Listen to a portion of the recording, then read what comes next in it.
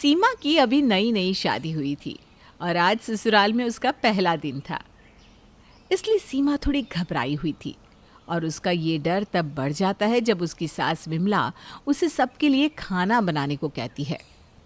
बहू, आज तेरा घर में पहला दिन है और तेरी पहली रसोई भी, तो आज तुझे ही सबके लिए खाना बनाना होगा। माँ जी, आज से ही क्यों, अभी से मेरी तरह सीमा भी घर संभालेगी। क्यों सीमा जी? अरे अब अपनी देवरानी से काम की ही बातें करेगी या उसे रसोई घर भी दिखाएगी? बहू अभी नहीं है, उसे कुछ पता नहीं कि रसोई में क्या चीज़ कहाँ रखी है। जाकर उसे एक बार समझा दे ताकि बहू को कोई दिक्कत ना हो और वो आसानी से खाना बना सके। हाँ माँ जी, ले तो जा रही हूँ। चलो सीमा, मैं तुम्हें इस घर का किचन दिखाती हूँ। अब नैना सीमा को रसोई घर में ले जाती है और रसोई घर में रखी सारी चीज़ें दिखा देती है। इधर देखो, ये राशन का सामान रखा है, आटा, चावल, दाल, सब कुछ। और ये दूसरी साइड पर मसाले की चीज़ें रखी है। सो आई होप कि अब तुम्हें सब समझ में आ गया है कि कौन सी चीज़ें कहाँ रखी हैं। हाँ दीदी, मुझे सब पता चल चुका है कि कौन सी चीज़ कहाँ रखी है। ग्रेट, चलो अच्छी बात है। अच्छा मैं चलती हूँ, मुझे और भी बहुत काम है। अगर मैंने काम पूरे नहीं किए तो माँ जी मेरी खाट खड़ी कर देगी। तुम आराम से खाना बनाना और डरना मत, कोई भी प्रॉब्लम हो तो मुझे बता देना। हाँ, इतना बोलकर नैना वहाँ से चली जाती है। नैना के जाने के बाद सीमा परेशान रसोई में एक जगह पर खड़ी हो जाती है और खुद से ही बातें करने लगती है। हे भगवान, ये कैसी मुसीबत में फंसा दिया आपने। मैंने तो मायके में कभी रसोई में पैर भी नहीं रखा। मुझे तो अपना घर का सामान भी पता नहीं कहाँ रखते हैं। आज तक मैंने पानी गर्म नहीं किया और ससुराल में सबके लिए खाना कैसे बनाऊंगी। और दीदी बोल रही थी अगर काम समय पर नहीं हुआ तो माँ जी उनकी खटिया खड़ी कर देंगी। अगर घर वालों को पता चल गया कि मुझे खाना बनाना नहीं आता तो मेरा क्या होगा। सीमा इन्हीं सब बातों को सोच सोच कर परेशान होती है और खाना बना नहीं पाती। कुछ देर बाद जब नैना रसोई में आती है तो वो देखती है अब तक सीमा ने कुछ नहीं किया। ये देखकर नैना बड़ी हैरान होती है और सीमा से कहती है, सीमा, इतना टाइम हो चुका है, कुछ देर बाद सभी लोग खाने के लिए आ जाएंगे और तुमने तो अब तक खाने को हाथ भी नहीं लगाया।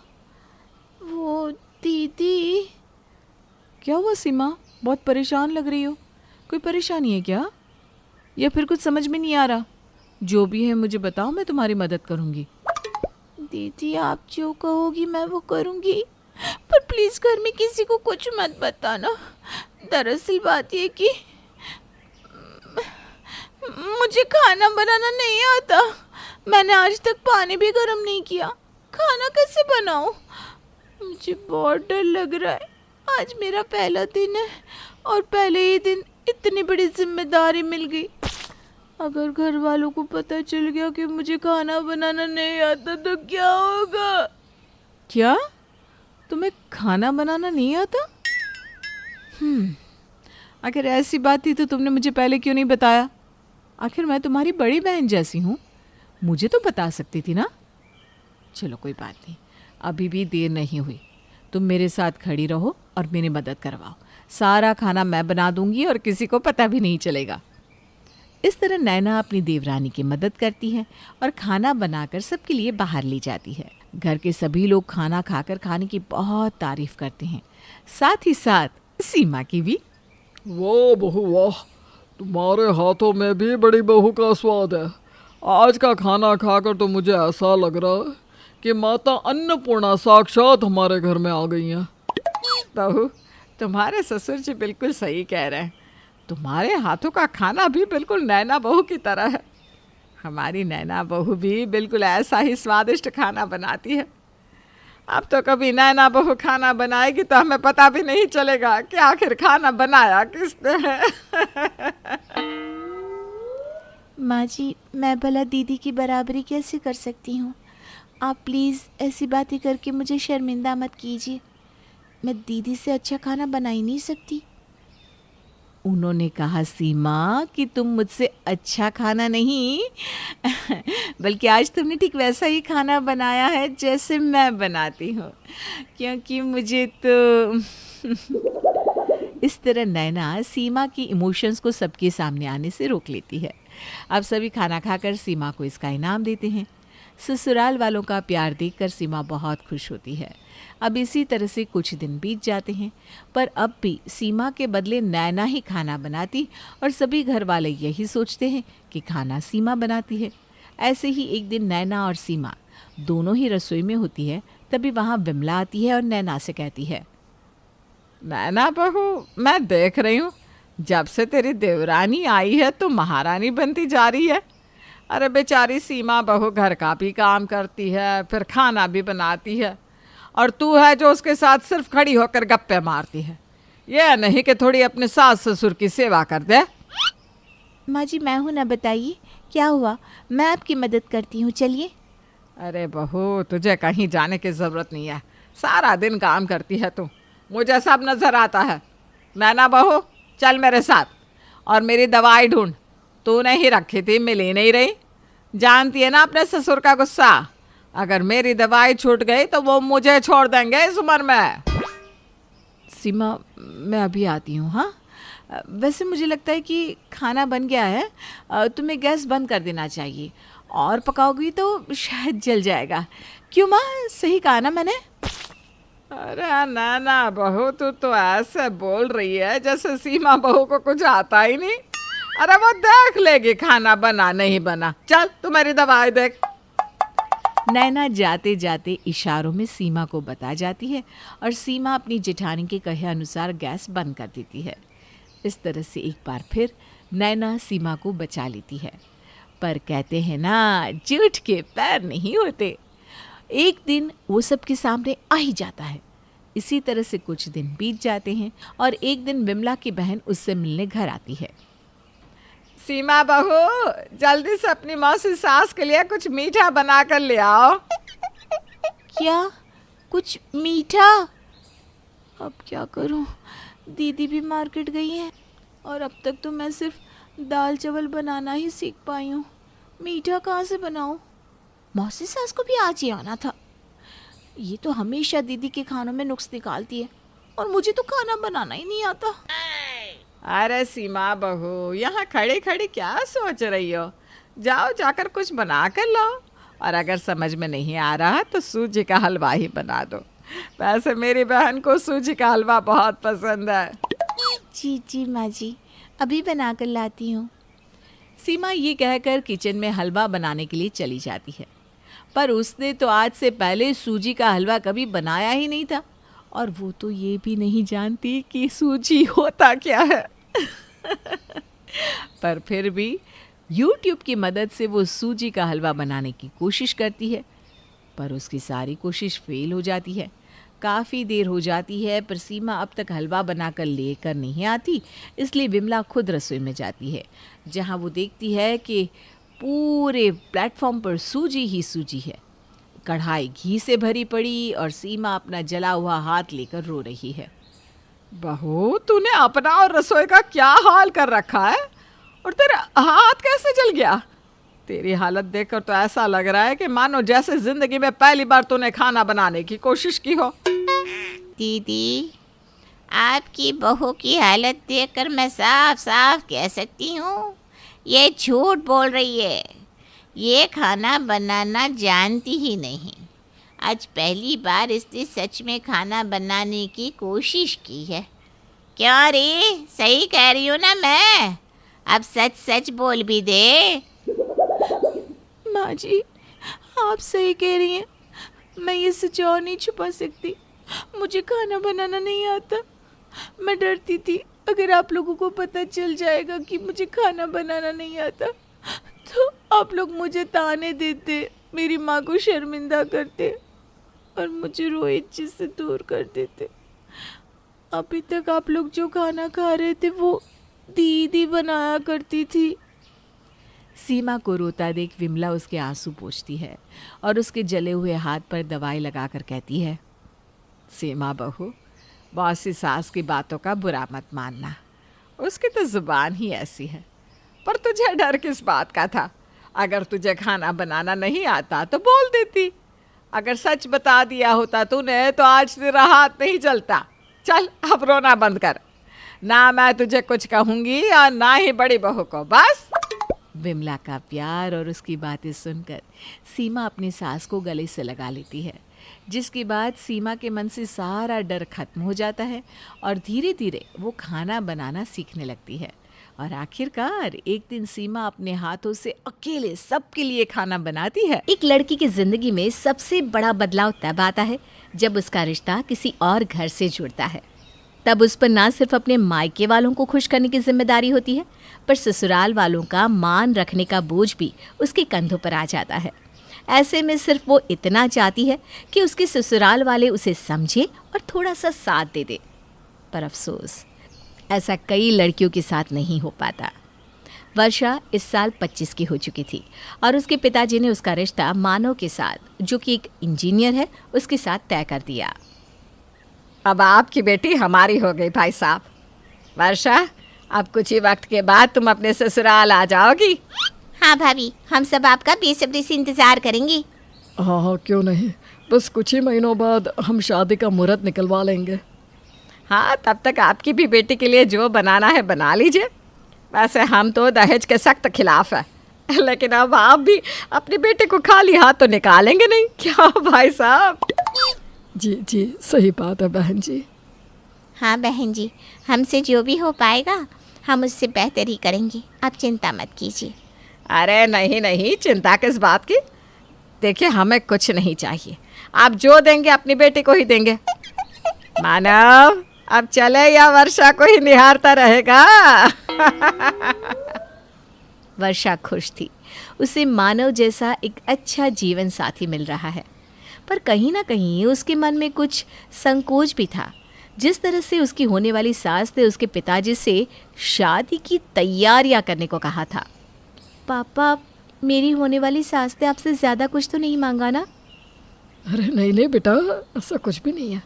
और तू ना चिंता मत कर, तू तो बस आने वाली ज़िंदगी के सपने देख, ये सब हम देख लेंगे। पापा, फिर भी आप खुद पर ज़्यादा बोझ मत लीजिएगा। मैं हूँ ना, मैं अपनी जॉब से सब कुछ कर लूँगी। अरे तू चिंता मत कर वर्षा, तेरे पापा और मैं सब संभाल लेंगे। वर्षा एक सुलझी हुई, पढ़ी लिखी और अपने पैरों पर खड़ी हुई लड़की थी। उसका रिश्ता पक्का होने के बाद मानव और वर्षा आपस में बात करने लगे थे। अच्छा वर्षा, मैं ये कह रहा था कि अब तुम जॉब क्यों नहीं छोड़ दी थी? अब तो हमारी शादी होने वाली है। हाँ, पर अभी हमारी शादी में कई महीने बाकी हैं मानव। मैं अभी से जॉब क्यों छोड़ दूँ? पर अब तुम्हें घर के कामों पर ध्यान देना चाहिए ना। शादी के बाद तो तुम्हें यही करना है। शादी के बाद मैं सोच रही थी जॉब नहीं छोड़ूंगी, पर घर से ही काम करूंगी। तुम नहीं चाहते क्या मैं घर से काम करूं? मुझे नहीं लगता मेरी माँ को ये सब पसंद आएगा। मैं तुम्हारी राय पूछ रही हूँ मानव, तुम भी तो पढ़े लिखे हो, क्या तुम भी नहीं चाहते कि मैं भी अपना करियर बनाऊं? इस बारे में हम बाद में देखेंगे, देखते हैं मेरी माँ शादी के बाद क्या कहती है। मानव ने वर्षा के सवालों का ठीक से जवाब नहीं दिया। इस बात का वर्षा को काफ़ी बुरा लगा, लेकिन उसने मानव से कुछ नहीं कहा। कुछ दिन ऐसे ही चलते रहे। अब मानव के साथ वर्षा की होने वाली सास और ननद भी उसके साथ फ़ोन पे बात करने लगे थे। जी जी, मैं ठीक हूँ मम्मी जी, आप कैसी हैं? हाँ, मैं भी ठीक हूँ।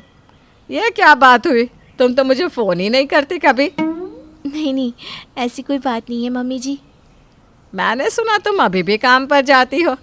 ऐसा ही चलता रहा तो तुम घर का काम कब सीख पाओगी बेटा? हैं? अब ये बाहर का काम और नौकरी छोड़ो और घर के काम और खाना बनाना सीख लो। जी मम्मी जी, आप चिंता मत कीजिए, मुझे काफ़ी कुछ आता है। मेरी माँ ने सब कुछ सिखाया है। अच्छा, तो ठीक है फिर। अच्छा, मैं ये कह रही थी कि तुमने शादी के लिए चीज़ें लेना तो शुरू कर दिया ना? मैं कुछ समझी नहीं मम्मी जी। अरे मेरा मतलब है गहने, कपड़े, ससुराल वालों के लिए तोहफे, यही सब। मैं ये कह रही थी कि जो भी तोहफे आप लोग हमारे लिए डालो ना, वो अच्छे महंगे वाले होने चाहिए, ठीक है? ऐसा ना हो कि हमारी इज्जत चली जाए। पर सबके लिए तोहफे लाने की क्या ज़रूरत है मम्मी जी? अरे ज़रूरत कैसे नहीं, हमारी इज्जत का सवाल है। हमारे घर की पहली शादी है। तुम एक काम करना, सबके लिए तोहफों के साथ ड्राई फ्रूट्स के डब्बे भी डाल देना। अच्छा चलो, अब मैं रखती हूँ, बाद में बात करती हूँ।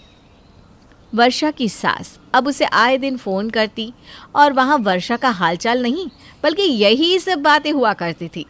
वर्षा को अब ये सब अच्छा नहीं लग रहा था, लेकिन उसके माता पिता उसे हर बार चुप करवा देते, ये कहकर कि ये सब तो होता ही है। अरे बेटी, अब तुम कुछ ज़्यादा ही सोच रही हो, ये सब तो हर समाज में होता ही रहता है। हाँ, और फिर बेटी को नहीं देंगे तो किसे देंगे? तुम हमारी इकलौती बेटी हो।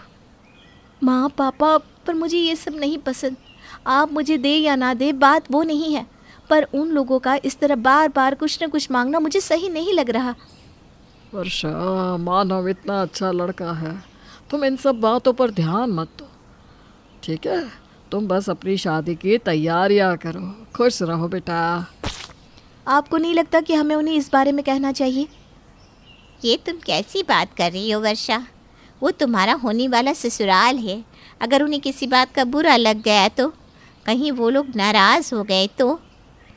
पर माँ पापा, मैं नहीं चाहती कि आप दोनों मेरी वजह से इतना सब करें। आप ये पैसा अपने भविष्य और बुढ़ापे के लिए बचा के रखिए। अरे माँ बाप पैसा कमाते हैं किसके लिए है? ताकि वो अपने बच्चों पर खर्च कर सके। तुम बस अपनी शादी की खुशियों पर ध्यान दो, बाकी सब हम देख लेंगे। वर्षा ने अपने माता पिता को समझाने की बहुत कोशिश की, लेकिन वो दोनों इन बातों को नज़रअंदाज करने के लिए ही कहते रहे। फिर वर्षा ने सोचा कि शायद वही कुछ ज़्यादा सोच रही है, इसलिए उसने भी इस बारे में किसी से कुछ नहीं कहा। लेकिन कुछ दिन बाद उसकी ननद का फ़ोन आया। हेलो भाभी, कैसी हैं आप? मैं ठीक हूँ, तुम कैसी हो? मैं भी ठीक हूँ भाभी।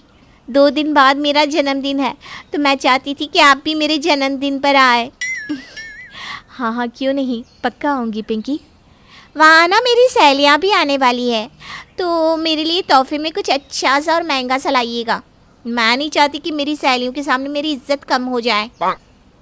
पिंकी, तोहफा तो तोहफा होता है, उसमें कीमत नहीं देखी जाती। नहीं भाभी, आप मेरे लिए कोई महंगी ड्रेस, फ़ोन या कोई महंगी अंगूठी लाइएगा, जिससे मैं अपनी सहेलियों के सामने दिखा सकूं कि ये मुझे मेरी भाभी ने तोहफे में दिया है। पिंकी, ये तुम कुछ ज़्यादा ही मांग रही हो। मैं तोहफा लाऊंगी, लेकिन इतना महंगा नहीं। मुझसे जो होगा वो मैं ले आऊँगी, ठीक है? नहीं भाभी, आप मेरे लिए अगर महंगा तोहफा नहीं लाई तो आपको मेरी पार्टी में आने की भी कोई ज़रूरत नहीं है। पिंकी, मेरी बात तो सुनो। लेकिन पिंकी फ़ोन काट देती है। वर्षा को पिंकी की बात सुनकर बहुत अजीब लग रहा था। उसे समझ में नहीं आ रहा था कि उसे क्या करना चाहिए। और जब उसने इस बारे में अपने माता पिता से बात की तो उन्होंने पिंकी के लिए एक नया फ़ोन ले दिया, जो वर्षा को बिल्कुल अच्छा नहीं लग रहा था। वर्षा को पहले दिन से अपने होने वाले ससुराल की कुछ बातें खटक रही थी, पर जैसे जैसे वक्त बीतता गया वैसे वैसे उनका बर्ताव और भी ज़्यादा शंकाजनक होता गया। और इस बार तो वर्षा की ननद पिंकी ने वर्षा से अपने जन्मदिन पर उसे महंगा मोबाइल देने को कह दिया। अरे पापा, आप कैसे कह रहे हैं कि ठीक है, और आप क्यों लाए पिंकी के लिए मोबाइल? अरे बेटा, वो तुम्हारी होने वाली ननद है, छोटी बहन जैसी है, क्या फ़र्क पड़ता है अगर मोबाइल दे दिया तो? हाँ बेटा, तुम पहली बार अपनी ननद के जन्मदिन पर अपने होने वाले ससुराल जा रही हो, ऐसे में खाली हाथ जाना अच्छा लगता है क्या? पर माँ, ये इतना महंगा मोबाइल, ये इतनी मिठाइयाँ, ये सब के लिए तोहफे, ये सब बहुत ज़्यादा है। अब मैं इस बारे में मानव से बात करूँ, शायद वो अपने घर वालों को समझा सके। नहीं नहीं वर्षा, ऐसा कुछ भी मत करना। हमने कहा ना सब ठीक है। अरे यह सब तो समाज में चलता ही रहता है, तुम चिंता मत करो। और आज अच्छे से तैयार होकर जाना अपनी ननद के जन्मदिन की पार्टी में। वर्षा चाहती थी कि वो इस बारे में मानव से बात करे, लेकिन उसके माता पिता ने उसे ऐसा करने से मना कर दिया। इसलिए वो भी इन सब बातों को नज़रअंदाज कर पार्टी में जाने के लिए तैयार हो गई। तैयार हो गई बेटा? देखिए, सारा सामान मैं कार में रखवा देती हूँ, तुम अपनी सास को दे देना, ठीक है? ठीक है माँ। और सुन, वहाँ कुछ भी उल्टा सीधा मत कह देना, ठीक है? पहली बार ससुराल में जा रही है तो सोच समझ कर सबसे बात करना। हाँ पापा, आप चिंता मत कीजिए, मैं सब संभाल लूँगी।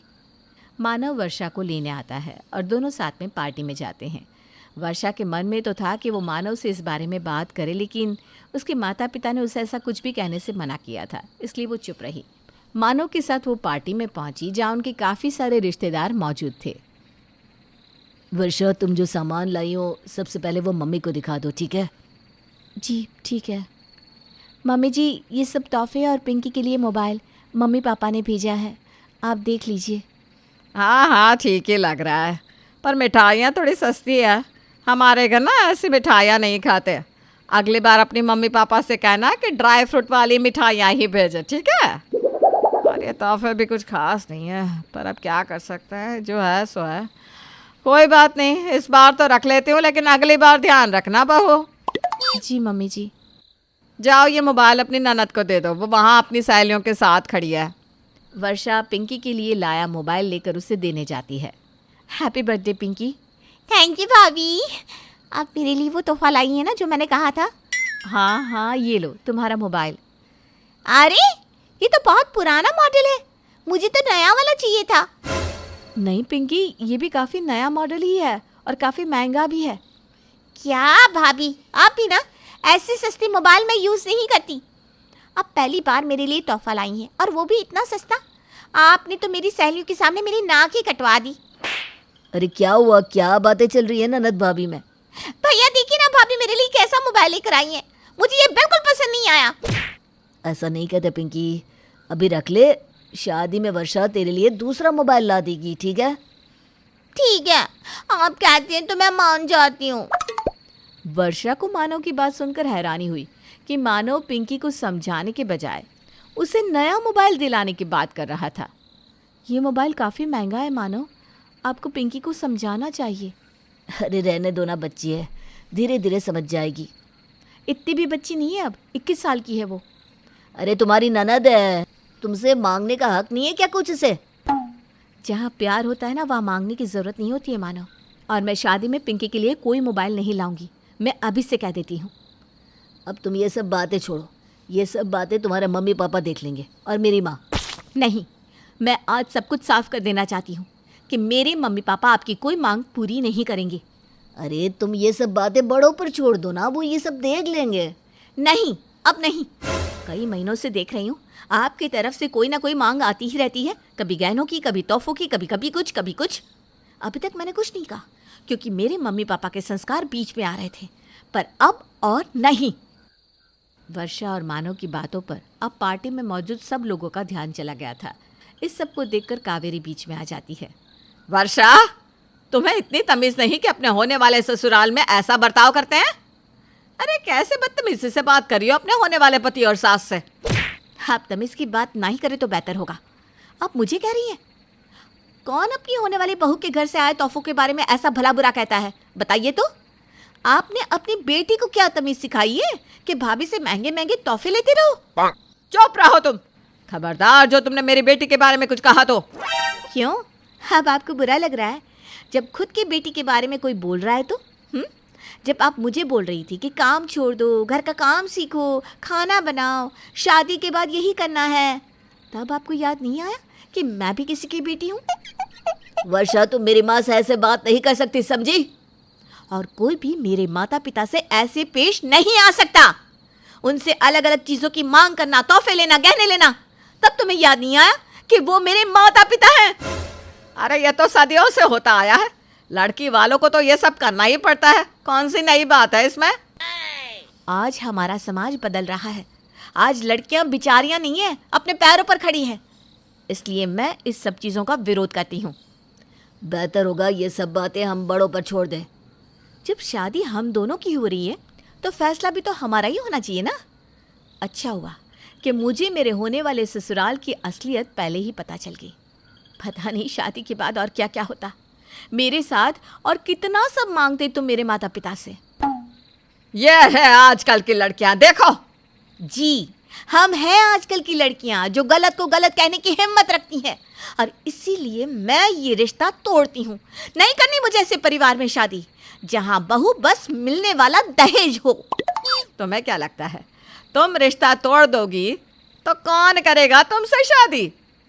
अगर आज समाज बदल रहा है तो कोई ना कोई ऐसा परिवार भी होगा जो बहू को घर की लक्ष्मी समझता हो, ना कि सामान। और आप मेरी चिंता मत कीजिए, अपनी कीजिए। आपका असली चेहरा देखने के बाद आपके बेटे से कौन शादी करेगा, इसकी चिंता कीजिए। मैं तो अपने पैरों पर खड़ी हूँ और मुझे गर्व है कि मैंने आज सही किया है। वर्षा की बात सुनने के बाद वहाँ पार्टी में खड़े सभी लोग ताली बजाने लगते हैं। वर्षा की हिम्मत को देखकर उस पार्टी में खड़ी हर लड़की को उस पर गर्व हो रहा था और एक प्रेरणा भी मिल रही थी कि गलत इंसान और परिवार में शादी करने से बेहतर है कि आप अपनी ज़िंदगी अपनी मर्जी से जिए।